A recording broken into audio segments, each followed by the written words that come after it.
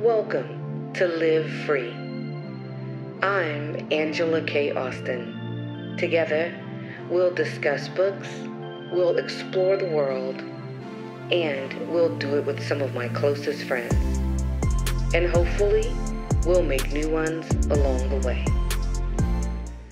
Hey everybody, this is Angela K. Austin, and today I am here with Tara Cremin. And let me get this title absolutely correct. Senior Manager Author Experience for Kobo. I thought that was the coolest title. Say hi to everybody, Tara. Hi everyone, I'm really happy to be here. Thank you so much for joining me. You guys know that on the self-publishing journey, one of the biggest questions we all have is distribution.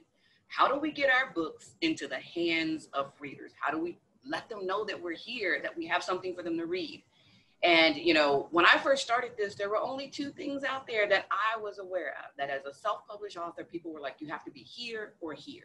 But of course, over the last 13 years or so, that has changed. And so I wanted to be able to figure out for myself, where do I really need to have my books and what's the benefit of the different platforms? So I reached out and Tara has said yes to have this conversation with me today. And I'm so excited. So before we get any further, I'm going to throw it back to Tara.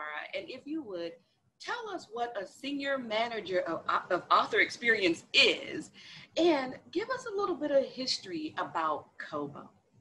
Sure. Yeah, it's kind of an all-encompassing title, but I can get into it. So let's give some history of Kobo to start with. So if you're not familiar with Kobo, it is a platform that is a digital retailer only that sells ebooks and audiobooks. We're just very book-centric, and that's actually where the name Kobo comes from. It's an anagram of book. So we're based in Toronto, we're headquartered here, but we're owned by a Japanese company, Rakuten, so they're our parent company, which really gives us leverage to different areas of the world. So in terms of digital reading, Kobo has, I think we're going into our 11th year this year, and we kind of are a worldwide digital reading platform.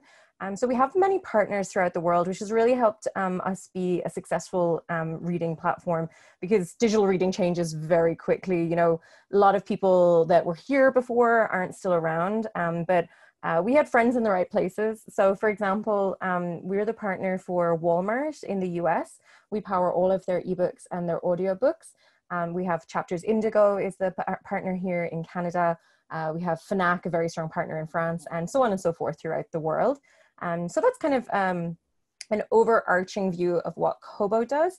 And so what I do at Kobo is that I work on KOBO Writing Life, which we sometimes abbreviate to KWL.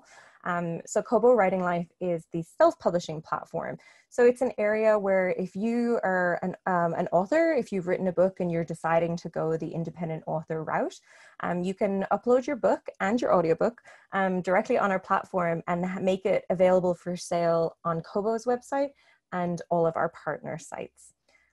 So then in terms of author experience, what I mostly kind of work on is making sure that the platform is functioning as it should, keeping an eye on the author community, which is why I was really happy to get to talk to you today, because I love talking to authors and getting the insights directly. You know, it's one of the reasons why we added audiobooks was because there was a big demand from the indies that they want a place that can publish the audiobooks directly. So yeah, I'm kind of making sure that self-publishing is like as good as it can be on Kobo. So in a nutshell. Well, you know, it's so funny that you said that, because I do have a profile on KOBO Writing Life. And it was so funny because the other day, a friend of mine, when I say the other day, it's probably weeks ago now, was like, how did our books get onto Walmart? And I was like, I don't know. I don't know how they got there. So it's so funny that you just said that Walmart went. So now I have to go back and make sure, you know, because I was like, why isn't it all of my books? Why is it just these books? Oh yeah, so you can email our team. They'll help out. That's a nice surprise for you to get, though. It was, because it was so funny because, like so many other indie authors, you know, you contact the different retailers to try to figure out how to get your books on the shelves or how to get your books on the online stores, and you know, sometimes you get the automatic response, of XYZ and yada yada. But we know that real estate is very limited when it comes to brick and mortar.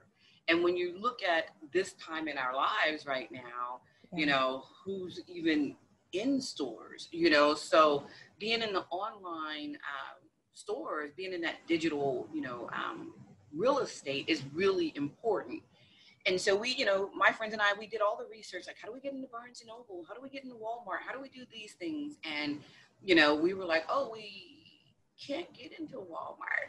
But then when I saw my books there, and I'm like, how did they get there? So that's really good. That's really cool to find out that you guys partner with Walmart and you're one of those resources, which actually is a question. You know, when it comes to indie publishing, a lot of people stay away from things that would cost them. So there, of course, are distributors who charge you and you load your books and, you know, they get your books out there.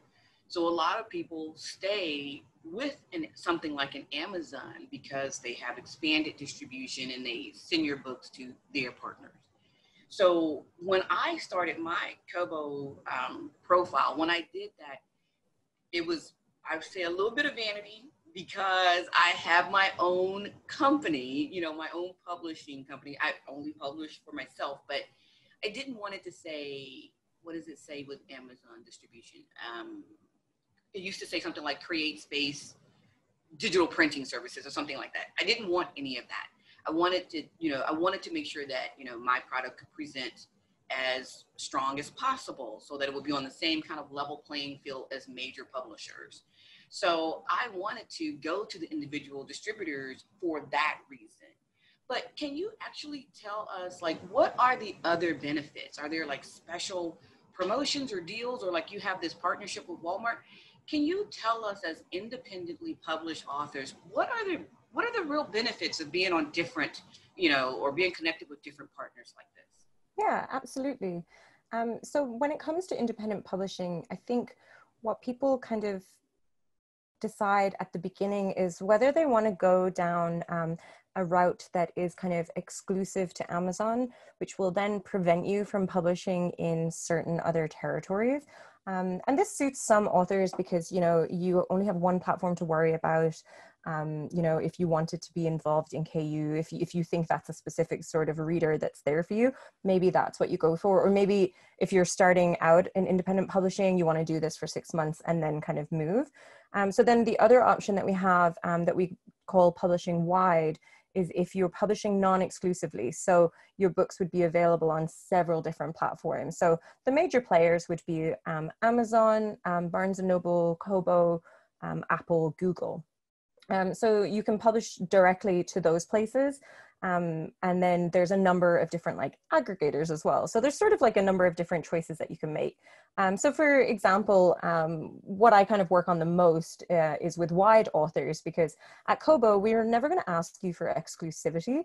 So we really want to encourage you to get your books in as many places as possible, because that's really like, we want you to find your readers, and no matter how they read. So if you're kind of getting a good following in other platforms, you know, you're going to kind of rise on the Google rankings, and it's all how it works. So it's all tied together in just finding the reader and selling them your book. So what I would say that we kind of, there's a number of benefits of coming direct. It can be a lot of work if you're kind of having to set up like 3 to 4 direct platforms. But I do think it's worth it. And authors tell us that ours is sort of like the easiest platform to work on. So I'm hoping that that's the case. But if you don't want to do the work of kind of putting your books individually to every platform, there are aggregators that you can use. So there's the likes of, we kind of mentioned Smashwords is a good aggregator, and we have Draft to Digital, Publish Drive, Ingram, etc. So what these people will do is distribute your book to the main retailers, but what they're going to do is take away a percentage. So it's mostly 10 to 15% of an additional takeaway for any sales that are made. And then the other thing that happens that is you often miss promotional opportunities that only happen when you're coming direct. So for Kobo, for example, you get 70% on your royalties of any ebook that's priced $2.99 and up. We don't have a higher price cap, so you could price to the moon, but you know, we don't advise you pricing to the moon. You still want people to buy that book, but we're not going to reduce your 70% as long as it's over $2.99. Whereas if you had come through an aggregator, you would be getting probably 60 to 55%. And then we also have a tool that's exclusive to Kobo Writing Life authors that is a promotional tool. It's right in the dashboard. We don't have it on everyone's dashboard as they begin, mostly because Kobo Writing Life is a very, because Kobo is such a global company, we work with authors all over the world. Like our platform is available in 6 languages. So our promotional tool is very focused on English language because that's kind of where our team is based. I sadly don't speak another language, but that's why. So if you don't see it on your account, you can email the team at writinglife@kobo.com and they will enable it for you. And so just to kind of explain how this promotion tool works and what kind of opportunities there are. So we have a number of different sales that are kind of always ongoing at Kobo. So our team works directly with the kind of Kobo merchandising team. So this kind of might sound a little bit old-fashioned if you're used to Amazon, and Amazon is very algorithmic based. It's always trying to kind of assume what you want based through algorithms. But how Kobo works is that we use algorithms, but we also intertwine them with human curation because we find that it's kind of like, it gives us the best aspect of book selling. So we still do have a team that are kind of promoting the books internally, and then that kind of gets sent out to our customers and our authors. So some of the promotions that we have like different 40% off VIP sales. You know, box set sales do super well on Kobo, again, because we don't have that higher price cap. So you can price your box set or your bundle over $9.99 and still receive 70% off of it. So we do those a number of times. We have genre specific promotions, and then there can be, you know, for Canada Day or for I was going to say America Day, but Independence Day, you know, there might be some different promotions. But one thing that's quite interesting that I would say for an author, if you're coming kind of new to Kobo or new to Wide, so we kind of quickly learned at Kobo that the most searched term on our website is the word free. People love free books, you know, so we wanted to take advantage of that. So when you type free into Kobo, it gets redirected to this page of free books that is split up by genres, and we have editors' picks, and we rotate these, and these are filled with only titles that were published through Kobo Writing Life. So you can apply for your book to be featured in one of these kind of carousels or spots, and they're updated on a weekly basis. So I kind of say this because that promotion is always available, whereas some of the other promotions are, you know, they're seasonal or cyclical, so they might not always be there. But free has been sort of like a really tried and tested marketing strategy that indies really grasped onto, and that I would sort of say that traditional publishers are still really hesitant to jump on. So it really gives independent authors a little bit of an edge. So it can be great if you have a perma-free, or even if you just have a free for a certain amount of time. If you're using BookBub to reach readers, and if you have a BookBub, we will kind of be more inclined to include those books because we know we're already getting a big boost of traffic. So yeah, those can be really, really great. And then, sorry, I'm just like talking and talking now. But in terms of the promotions, so some of them are an upfront cost. So it kind of varies depending on the spot. So like some of the promotions we have, it's like a daily deal. And that's our most coveted spot because it's got prime real estate on our website. So that can vary from, you know, like a $5 upfront to $100. But then some of our other promotions are just where you give up 10% of your COGS. So instead of earning 70%, you'll earn 60%. And if you're getting started at Kobo, I'd really encourage you to do these because you're not really losing anything if the promotion doesn't really go as you would expect, because you're only kind of giving away a little bit when your book is sold. I'm always a bit hesitant to ask people to pay for things up front if we can't kind of justify it. And you guys are spending money on like the professional covers, the edits, you know, you don't want to add another thing. So we like to have the option of kind of you being able to just give an additional COGS rather than paying upfront. You know, I really did not know that Kobo, see, this is the thing. I've been published with small press publishers for, my first book was about 13 years ago now.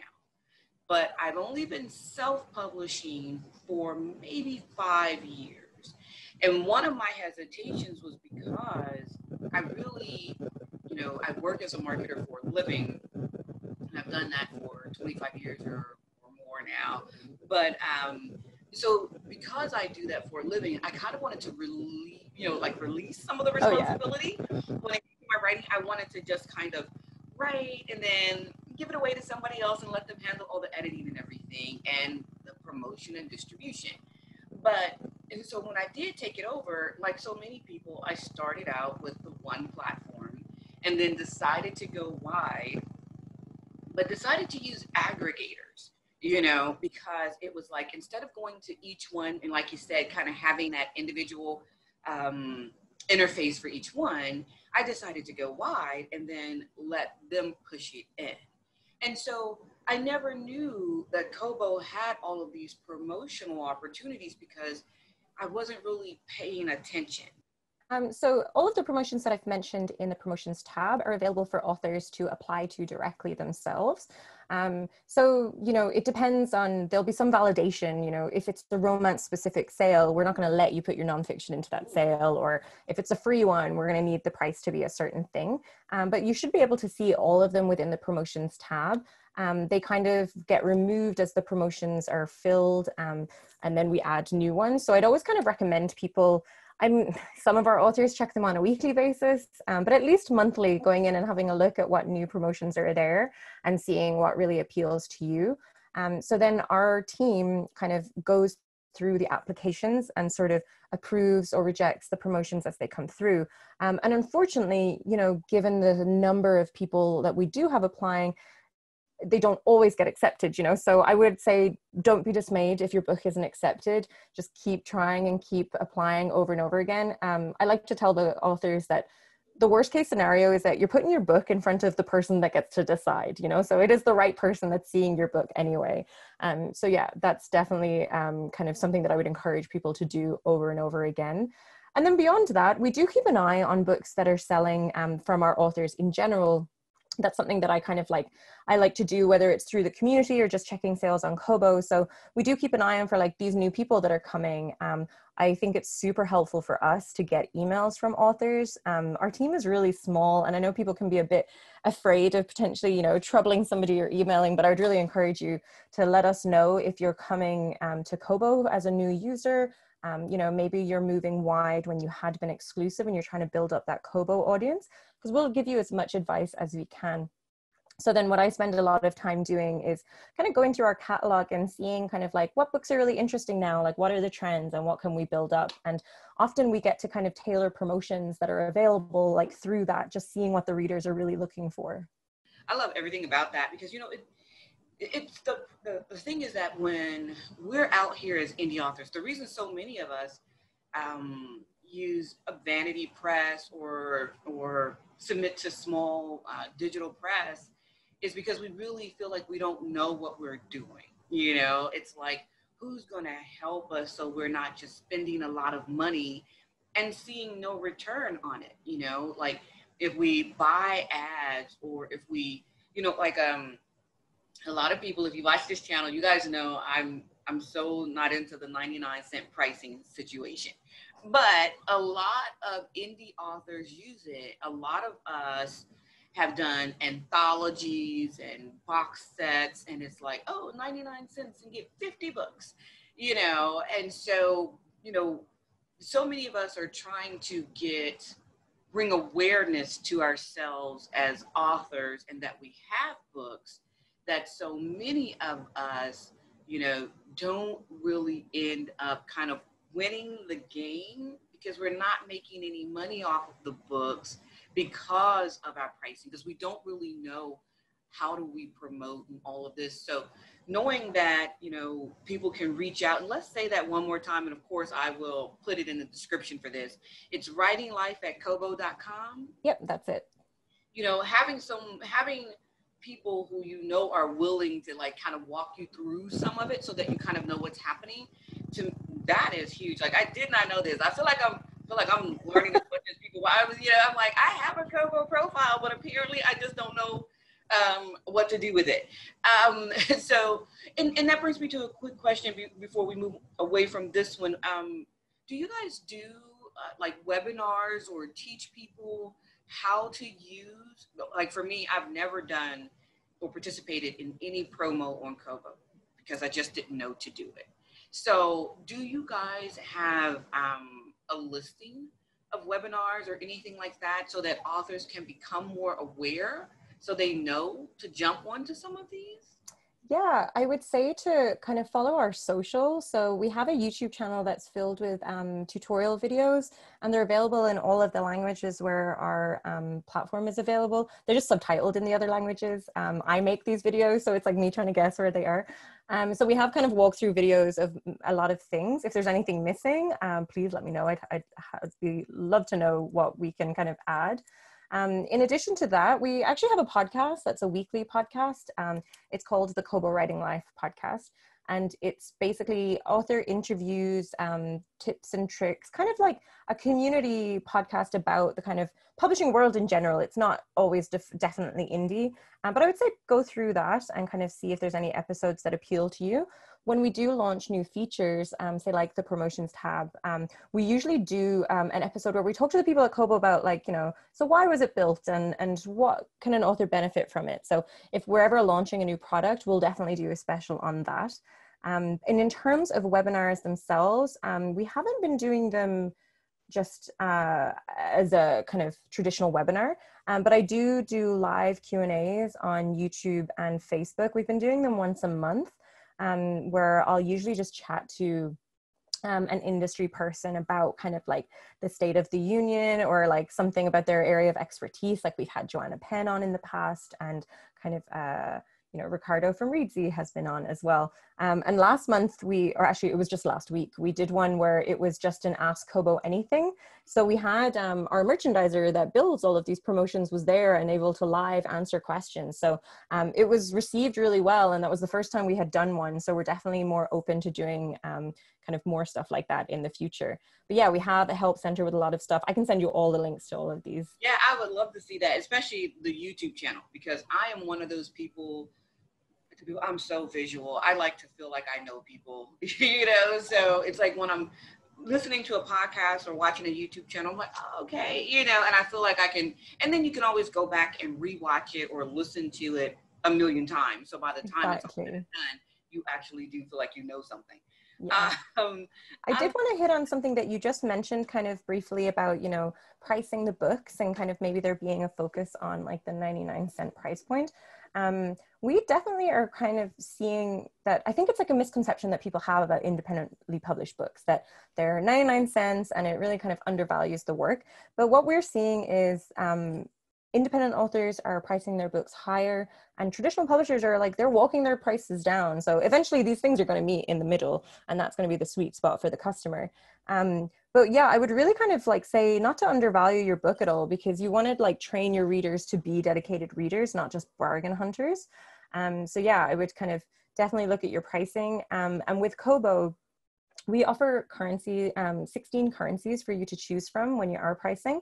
And that would be kind of like my main piece of advice for anyone on Kobo would be, don't just set your USD price and just leave it as it is, because we're going to auto convert into all of those other currencies. And you really have to consider us being a global retailer. So especially Canada is our biggest market. So if you're setting your book for $4.99 USD, that's probably like $5.63 Canadian. You know, we wish it was 1-to-1, but it is not anymore. But so, you know, you're probably going to sell much more in Canada. And if you walk up that price to the 99-cent ending, you're probably going to garner more sales, just because that's what readers are kind of almost attuned to look for, that price point. So that would be my advice. Obviously you might not want to make the effort of going through the 16, but I would kind of say, where are your readers and, you know, where are you trying to target? So I would at least do Australia, New Zealand, the US, Canada, Euro, and GBP, and then maybe a couple of other current countries if you wanted. If you have books in other languages, something that my colleague Camille in Paris, she has some great advice about. You know, maybe you have a book in French and you're only setting the Euro price, but then you're missing out on setting a particular price for your Quebec readers who are French readers, and you're missing out on, say, like your Swiss readers. You know, you should be also setting Swiss franc. And the same goes with Spanish. You know, are you setting your Mexican dollar along with your Euro price? So just something to consider as you're pricing your books. You know, it's so funny that you say that, because I feel like I could almost say categorically that I don't have a lot of indie pub author friends who really pay a lot of attention to it, you know, because a lot of them use Amazon. They let it auto convert. Yeah. But I recently did that with a couple of books that I released, where I actually went through the conversion, and I was looking at it and I was like, oh, wow, I really do need to pay more attention to this, because if you auto convert, like you say, it's not dollar for dollar, and you could really be losing out, especially depending on what you priced your books at. So that was the first time I really did say, let me think about this, like, completely. Where am I selling my books, and what price do I need to put it at? So I mean, thank you for saying it, because I really don't think a lot of people consider it. I think most of the people that I know, I can pretty much say hands down, they do auto convert. Market has been, the past couple of years quite volatile. So, the FX rates aren't the same.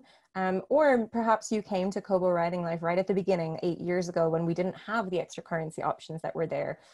So I don't think it's something that you need to do like very regularly, but I would say like at least once a year, go through and review your prices and like make sure, because there might be one book that's selling really well, but that you're not realizing is actually selling for kind of an undervalued amount.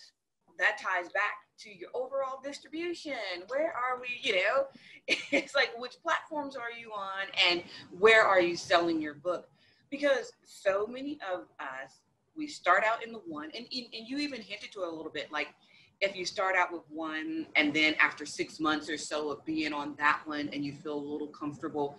And I like that. That's something I've never really advised anybody to do before, is just to kind of roll out a little bit at a time, so that they feel like they're learning all of the attributes of one platform before they move to another platform. I actually like that suggestion a lot, guys. Yeah, I mean, obviously we want your books on Kobo, but this is a business, so I think it's really important for you as authors to kind of understand that you should potentially be making a business plan for your books and trying to see where they could go. And then if you do go the route of kind of saying having them exclusive for a couple of months and then go wide, treat it like a whole new launch. Like your wide launch is a brand new book launch, because these are brand new readers.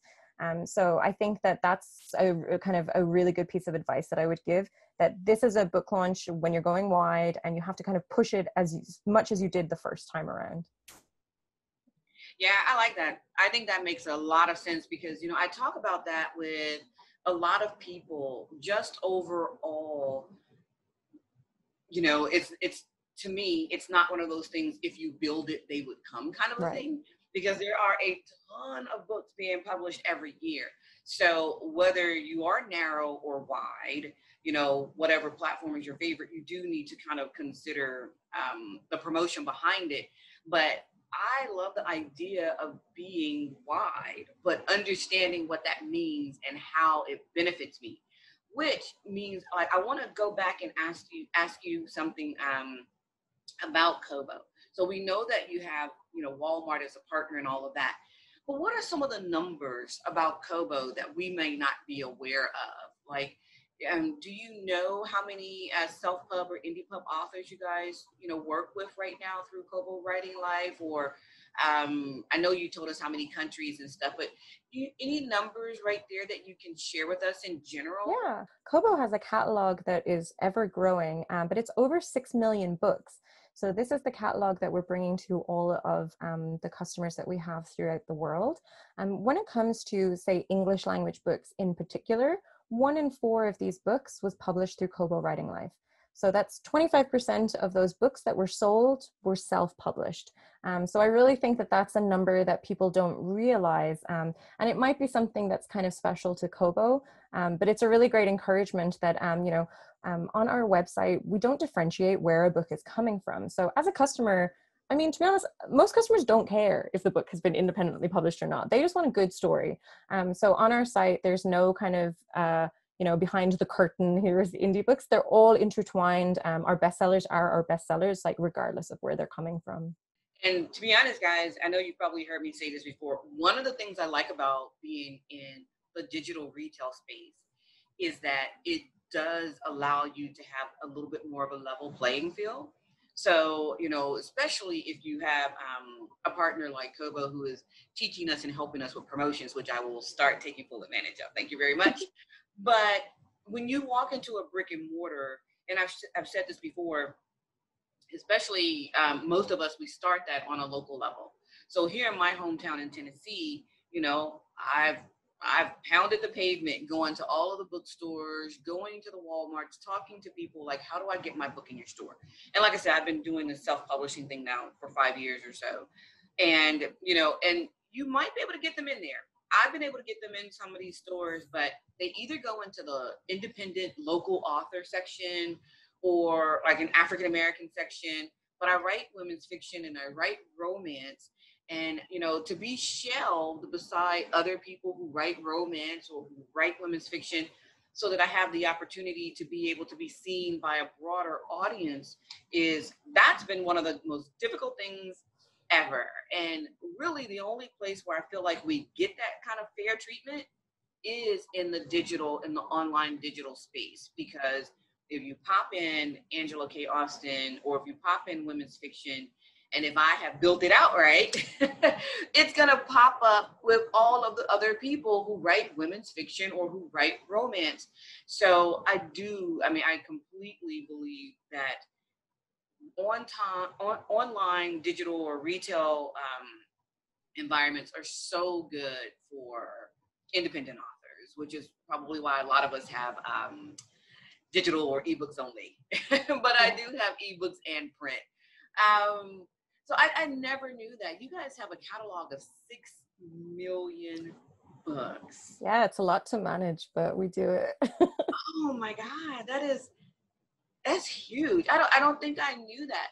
And so now with Kobo does it have its own e-reader? Yeah, we have the Kobos. Oh, mine is over the other side of the room, but yeah, we have a number of them. We kind of pride ourselves in making, and whenever we do release a new e-reader, we're often quoted as like the best e-readers on the market. So the latest one that we released is called the Kobo Nia. It's NIA, and it's sort of our entry-level e-reader that has kind of like some really good functionalities. And we have a kind of higher end e-reader, which is kind of our creme de la creme, called the Kobo Forma. So what kind of makes them special is that one, we do everything in-house. So we build the e-readers ourselves. Back when our office was open, I could go up to the second floor and like talk to the architects if needs be. But the devices themselves, they're really ergonomic. We do put that effort into just making the reading experience as good as it can be. So one thing that we have this Comfort Light Pro. So it has this orange light. It's kind of similar to the night shift on your phone. So it shifts, you can set it for a certain time, and it really just makes at night reading really comfortable. So you can read in bed with the light that's not going to be the blue light that's going to keep you awake. It has the Comfort Orange light. One of the features that we also have is that we have overdrive integration in our e-readers. So you can access your library books directly through a Kobo e-reader, which is something that's kind of just really helpful and beneficial. And then also as a KOBO Writing Life author, you can get your books onto the library through us too, which is something that is kind of a great source of just searchability and discoverability, because librarians still are amazing booksellers. So that's something that we have. And then we also have Kobo Apps available on your iPhone and on your Android as well. I did not realize that. So I thought that you had your own reader, but I didn't realize that Overdrive was integrated into it. Is that unique to Kobo? Because I don't feel like I've seen that on other e-readers. It might be. I'm not 100% sure, but we used to, Overdrive were previously also owned by Rakuten. So for a couple of years, we had the same parent company, and we were kind of the digital reading arm. So we were trying to integrate our systems as best as we could, which is why we developed them on our devices. But yeah, I can't definitively say if they're not on others, but I know for sure that they're on ours. Yeah, that feels like unique to me. I did not realize that that was integrated, and that's one of the things that we as indie authors are always trying to figure out as well, is getting our books into libraries. All of the real estate that we can be a part of, we want to be a part of. But again, we don't always know how to do that. So that's good to know that you're also a partner to be able to help us do that as well. Yeah, it's a really easy step. It's just when you're publishing your book, it's in the rights and distribution section. And all you have to do is enter a library price, and this will be in USD just because Overdrive is based in Cleveland in the States. So you'd enter your library price, and we would advise kind of, you're setting a higher price because this is a book. You kind of have to think of it as a physical library book that's going to be loaned out multiple times. So we would say a price of the equivalent of like a mass market paperback. And then that's kind of the good sweet spot for the pricing. And then we send the books to Overdrive, and it's available to librarians in the systems for them to choose. And one interesting thing that as we were talking about the differentiation between like indies and non-indies in terms of like retailers, Overdrive previously did have them kind of sectioned off separately, but they have merged them. So now it's just one catalog library. And we've noticed a real boost in independent authors because now librarians can really easily find them. They don't have to search in two places. They only have to search in one. So it's really, really great. That's great to hear because, that has always been a super pet peeve of mine. Now, granted, I'm always thankful for anybody who has my books. I don't care.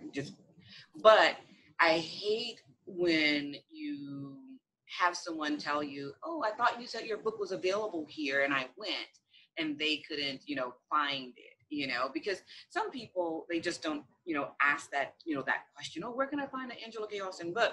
They just go to where they believe it should be, and it's not there. But if you go back and it's like tucked away there in the local author or whatever section. So I love that is that is something that you guys help with, because again, distribution is so important. I am trying my best to understand going wide. So I love that you guys are that partner. And that brings me to another question. I know you said about pricing, but I always love to ask this when it comes to Kobo, it comes to distribution, it comes to indie published authors. What do you think is the most important thing that we should know about having our own profile and distributing straight through Kobo versus using an aggregator or anything else? What is it that you think we should really know, and why should we have that one more, profile? Sure. I feel like I've given away a lot of my secrets already. Yes.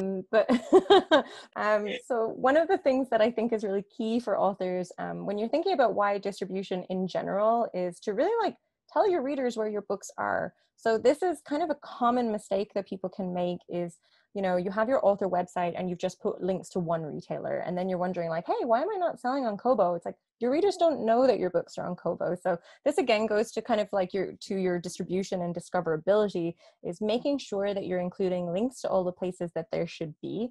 That's kind of key. And then one thing that I would say as well is to just really have clean metadata is very important to selling books. Because machines are wonderful, but they can't link books if it's not in sync. So for instance, we sell a lot of series. So specifically with romance, a lot of romance books are serialized, and they're some of our best sellers. But if you're not entering the right number, or if you have a typo in the series of one book but not the other, then we don't know that it's the same series. When we do know it's the same series, on the product page, we're going to tell you this is the next book. When the customer finishes that book, we're going to tell them, hey, there's another book in this series, So we don't know that if there's kind of a typo or if you haven't entered that information. So that would be something that I would really kind of look at your metadata, because that's really important to digital book selling. And can you explain that to some people? Because, for instance, like me, when I'm creating my ebooks, I use a software, and it asks you about your metadata, and I can just click it, and make sure that I have certain information in the book itself. But then now that I'm trying to really dig into going wide, I'm looking at a mixture of aggregators as well as having my own profile. And so I am, actually entering that data. But can you explain to people who may just use aggregators or whatever and push it out? Or can you tell them a little bit about what metadata is? Sure. I love talking about metadata. It's just like an absolute data nerd here. I used to work, before I was kind of working on the author experience, I worked on the operations side. So I was cracking open EPUBs and fixing all the kind of technical stuff. So that's why I kind of have an invested passion in this, what some people would think is a rather boring subject. But basically, metadata is the information about your book. So it's the meta, like the small data. So it's your title, your author name, your series name, the categories that you choose, it's your synopsis.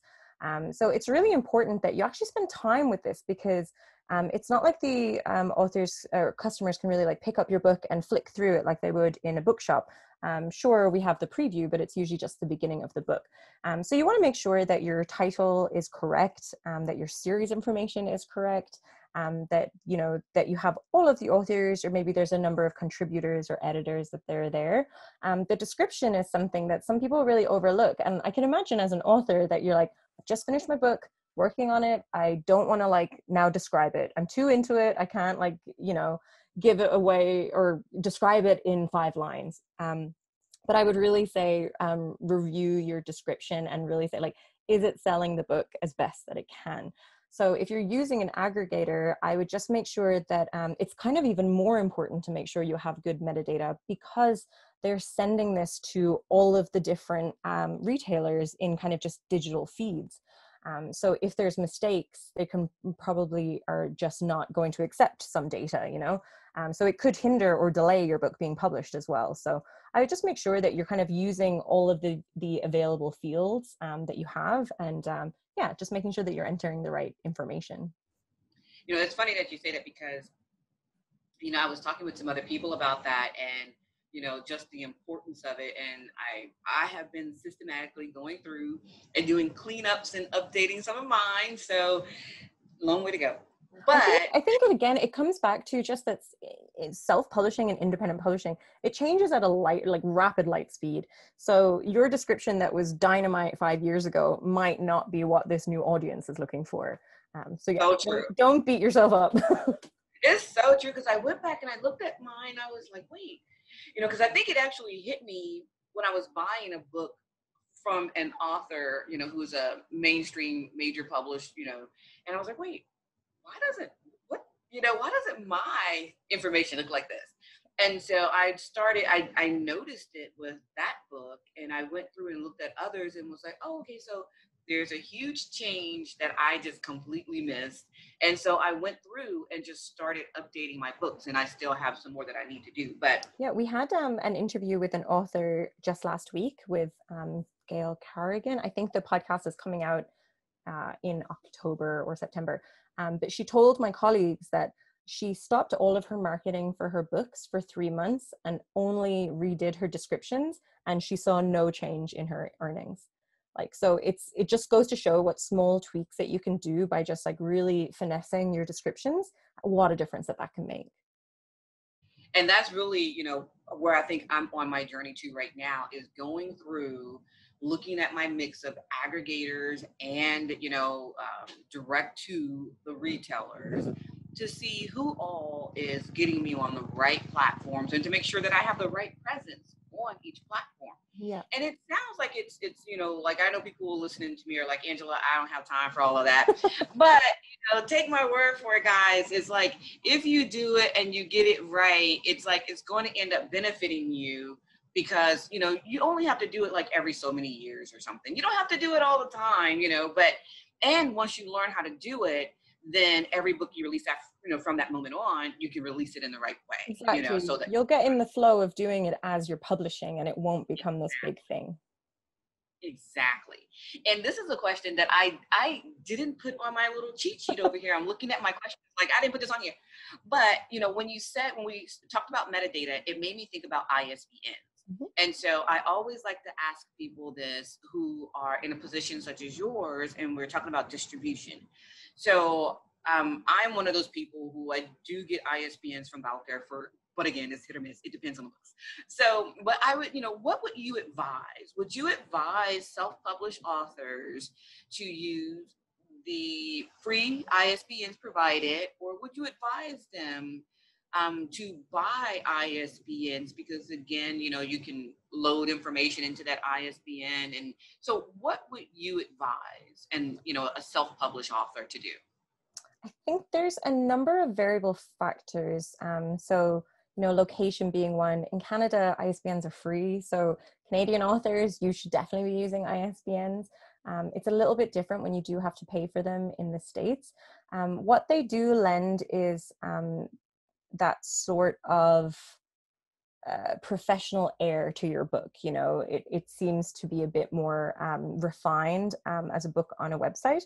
But we don't differentiate between the ISBNs. You can publish on Kobo without them, and we'll assign you a Kobo ISBN that kind of begins with 1, 2, 3. And yeah, there really is kind of no differentiator. The one thing that, the main thing about people using ISBNs versus not using ISBNs is that it really makes the industry as a whole harder to get accurate numbers, because the publishing industry only really talks about like actual ISBNs, and then they undervalue the independent publishers because they don't use ISBNs. So that would be one sort of thing to like help with the numbers there. But I think it really depends on your budget, the number of books you're planning on releasing. So if you're releasing 1 book this year versus 5, you might want to reconsider your ISBN, or maybe there's one series that you want to focus ISBNs. A box set might not necessarily need them, whereas if you're launching a new series with book 1, maybe you want to. But so yeah, there's a number of factors to kind of consider, and unfortunately, I don't have a definitive yes or no on that. But even that helps, because I am, like I said, one of those people. Certain books I will have ISBNs for, but it's kind of like what you said, is because when I started in this game, so many years ago, I wanted to make sure that I felt like I was coming across equal. So even though I was self-publishing, I wanted it to feel like, to whether it was somebody who was an industry person or to a reader, that they were getting something that was going to be a quality product. And so because I wanted it to seem that way, I wanted to make sure that I was following all of the industry standards. I mean, because you even had when, and I don't know if this is still the case, but when I first started, there were even review sites and stuff that if you submitted your book to, if you were indie published, they really wouldn't consider you, or if, certain things. So, for me, a lot of the things that I have been doing for so long that I'm now revamping and retooling were things that I was doing because the industry almost made them required if I was going to be considered like a legitimate author, So, but it's so good to hear from someone who is in a position like yours with an organization like Kobo, who is all about the business of selling books, because that's one more expense. So that's one more expense that we as self-published authors, we're out there counting our coins like, okay, can we, so it's one more thing that we may not necessarily have to buy if it's no longer something that's truly, truly needed. And so I always like to ask that because, it's like, does it matter anymore? Does it really matter anymore? And I don't know. I feel like I always get the same kind of response. So I don't know. But it sounds like it could be a cost-saving thing for us guys. We may not need to buy those. Yeah, it's definitely shifted in like how we perceive the value of ISBNs. So like you were saying that you wanted to kind of have the same standard of the publishing book, traditionally published books. So you would go through the publishing playbook. But at the end of the day, customers don't know what ISBNs are. This is totally just because we are around the books part.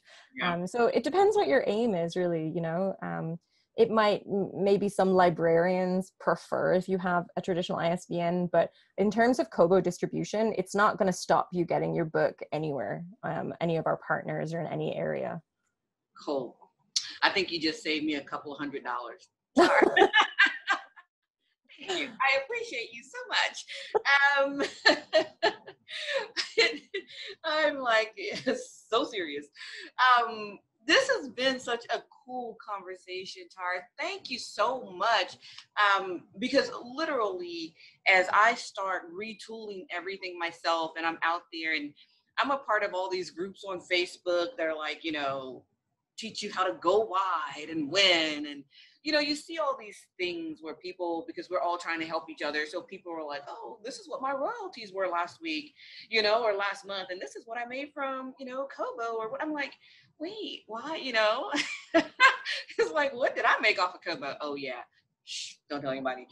But it's just because I have not been utilizing all of the tools because I had not taken the time to really educate myself on what tools were available. So for me, having the opportunity to speak with you really was eye-opening for myself. And I hope for all the people out there in YouTube world and podcast land, I hope you guys, got something out of this as well. And I hope that you guys will reach out to writinglife@kobo.com and that you'll follow. What is the name of the podcast again, Tara? Just the Kobo Writing Life podcast. Kobo Writing Life and the YouTube channel. I think it's just Kobo Writing Life as well. Yeah. Well, and we're on like Twitter and Facebook and Instagram and all of those spots. So you can find us everywhere. Awesome, because, I will link everything that I can in the description. But, guys, if there are free resources, because so many of us, and I know you've probably seen this, Tara, so many of us are signing up for classes from other authors because they have managed to perfect it for themselves, which is why I wanted to know if you guys had webinars and stuff, because a lot of us, we're so busy writing, we don't make the time to necessarily find out what tools are out there. So we pay other authors who have taken the time to do it. So being able to interview you and have this conversation, I'm going to follow Kobo Writing Life on YouTube. I'm going to download the podcast, and now that I know that there's an email where I can reach out to people if I have questions, I'm going to do that. And I'm going to do the promos. But it's simply because we don't know. And so we don't do it. And we pay people to teach us this. But when Kobo has a platform and you're teaching us for free, that's one more cost we can cut out. Yeah, absolutely. Like I said, you guys are spending a lot on your own marketing and things like that.